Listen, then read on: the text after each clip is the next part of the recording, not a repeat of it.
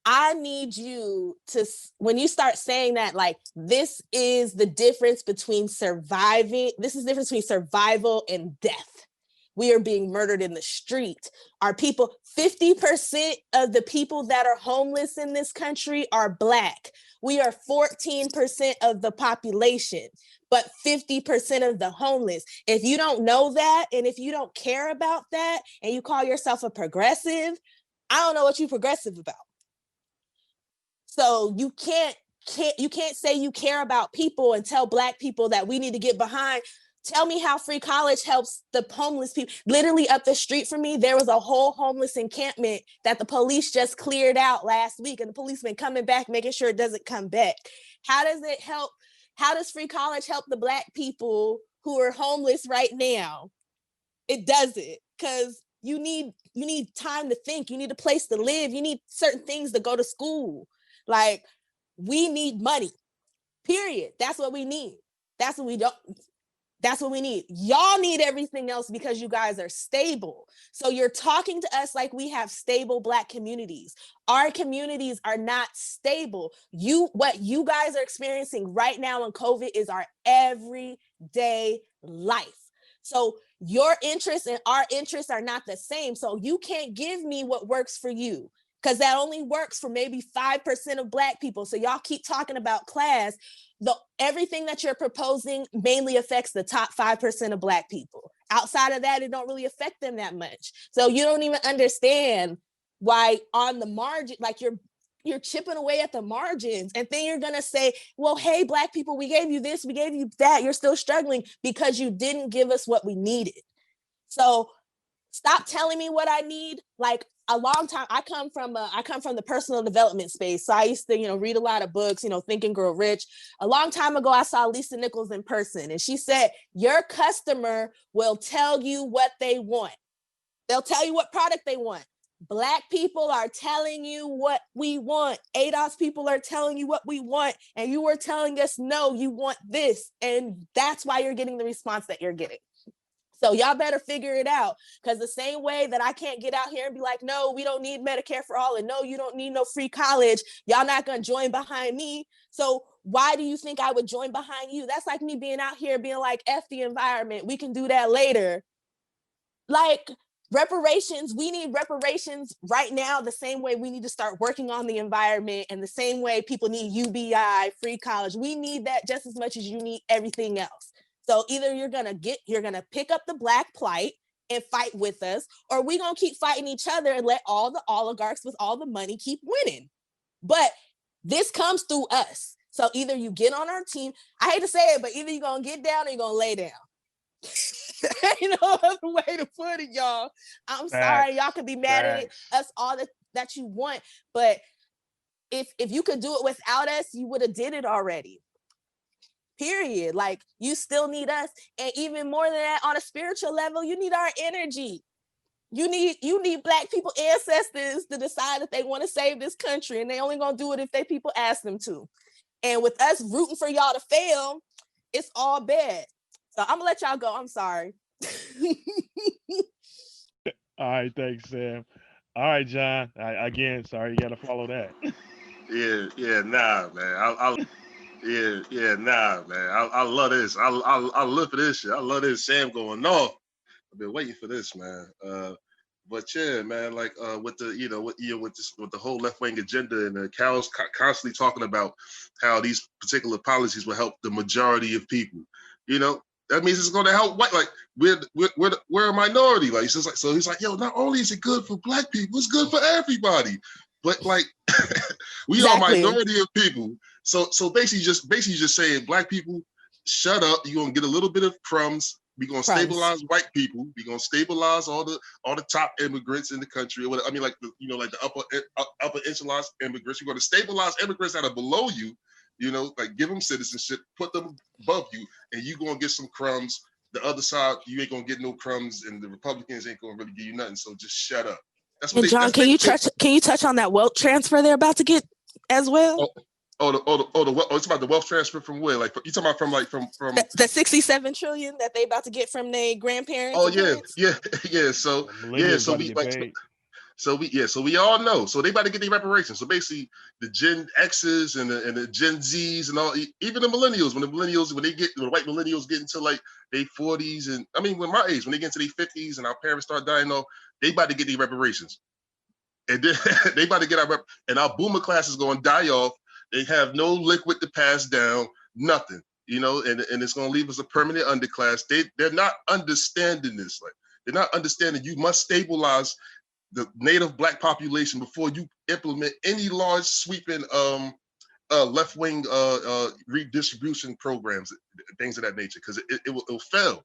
It'll fail, like, and I'm tired of these motherfuckers. They lie. I'm tired of them, because it's like, yo, just let go of the anti-blackness. Do you want to win?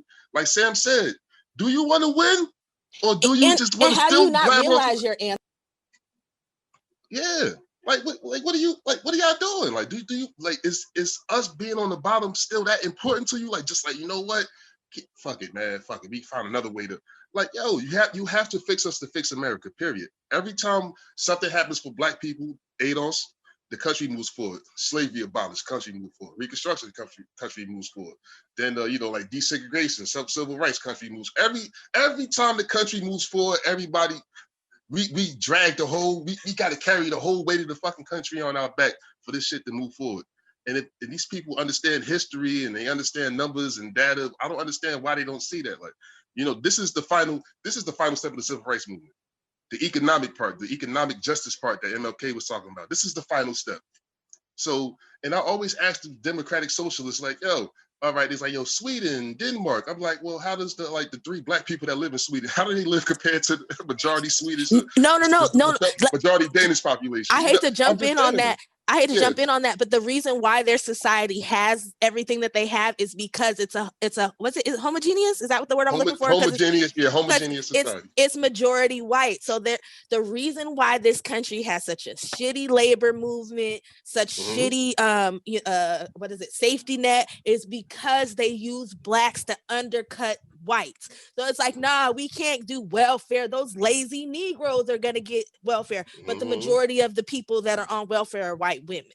So you're throwing your white women into the fire just so you can make sure a few black people don't get something. So this is the thing, y'all gotta let, like you say, you gotta let the anti-blackness go. Like, you don't understand why all of these policies. We need affordable housing. We need housing as a human right. You know why you can't have affordable housing? You know why you can't have housing as a human right? Because people don't want Negroes moving in their neighborhoods. So because of that, they have to outprice black people. And they feel like, as a white person, you should have enough money to not have to live with Negroes. And if you don't, it's on you. So then you have to live in bad schools, or you end up living in poorer communities. And that is an anti-black thing. People say it's class, but it's more race than it is class. Absolutely. Because even rich black people deal with discrimination in wealthy neighborhoods. Sam said it all for me. I'm done. Forgive me. I'm so sorry. Oh, no. Sorry. I'm done. I'm done. I'm about to take a nap. I'm done. She's killing it. All right, John. Appreciate that. Mud, you're up, baby. I mean, the best part about like going back and looking at this video is the ability I have now to laugh at how smug this motherfucker was about how he thought he had the best plan for getting elected.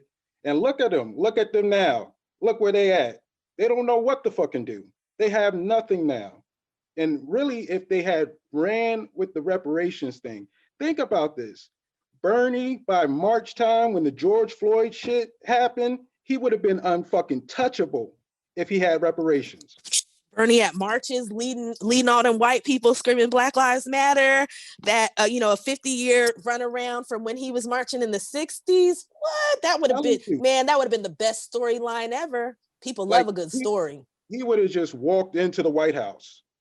Like, he really would have, if he had took on this issue. Could you imagine if he would have been like reparations and bringing back the poor people's campaign? Like, we're gonna combine reparations with the poor people's campaign. We're gonna complete Martin Luther King's mission. What, man, let me tell you, y'all don't know how to run a campaign. Y'all stupid. Y'all could have made finally, like, come on. Especially there's more poor whites in this country than anybody. How y'all don't even know how to set up something where y'all can create a real coalition.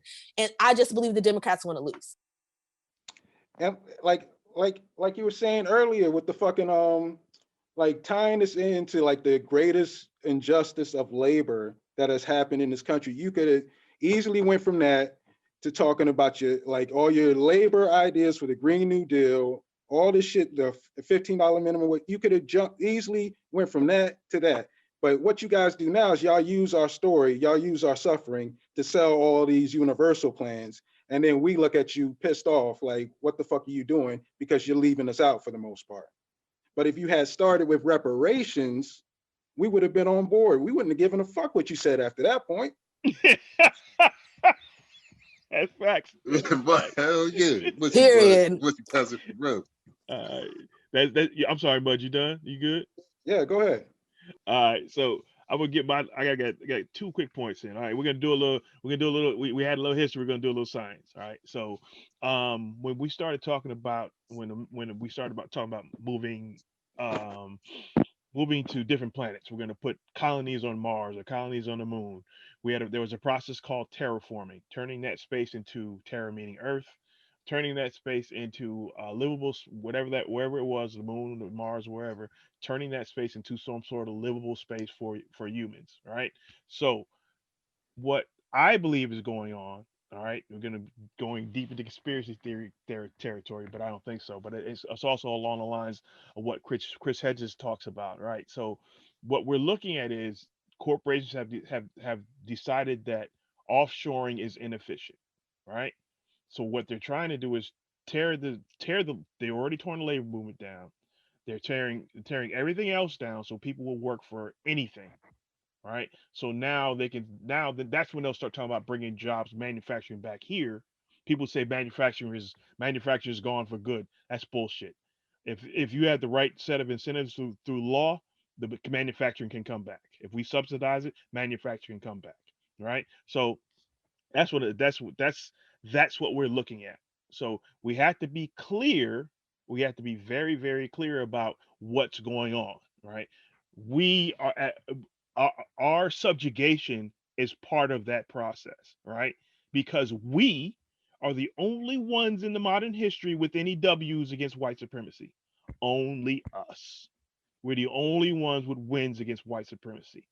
Only us, right? So we have to keep that in mind. And keeping us at the bottom is part of keeping everybody else down. As my mother used to say, the only way to keep me in the ditch is to stay down there with me, right? So that's by keeping us at the bottom, everybody else gets pulled down to the bottom. And they're even trying to slide people underneath us, right? So to make sure we have a bottom. There's always going to be a bottom, right? Even if we disappear tomorrow, there's always going to be a bottom. So we have to be we have to be aware of that. Even as we are fighting for our own reparations, it's a part of a larger scheme, right? But we have to prioritize ourselves. I just wanted to put that out there. All right. The second thing is real quick. Sam talked about homelessness. We're 50% of the homeless, all right, and 13% of the population. And ADOS is probably slightly less than 13%, right? So if we got reparations, you cut homelessness in half. Food insecurity cut in half, right? Overnight, one policy, right? Yep, housing as a human right. Boom. Yeah. 50% of Black people have a home. Just that 50% quick. of the homeless have a home, and that's 50% of the Black people. Boom, home. Yeah. So that's half your homeless population is no longer unhoused. How could you fight against that? Right? Food insecurity. We're at the bottom for food insecurity. Right? We're at the bottom for health. Right? All these things that we suffer from and we are overrepresented in could be taken care of in less than a generation with one policy. Right? Well, all the other policies still count for us. Right? But one policy. You could do with this one policy, you could do more than we did with the New Deal. And we're still not going to do it. That's wild to me. You know what I mean? It's absolutely wild to me. All right. That's my point on. That's what I had on that one. All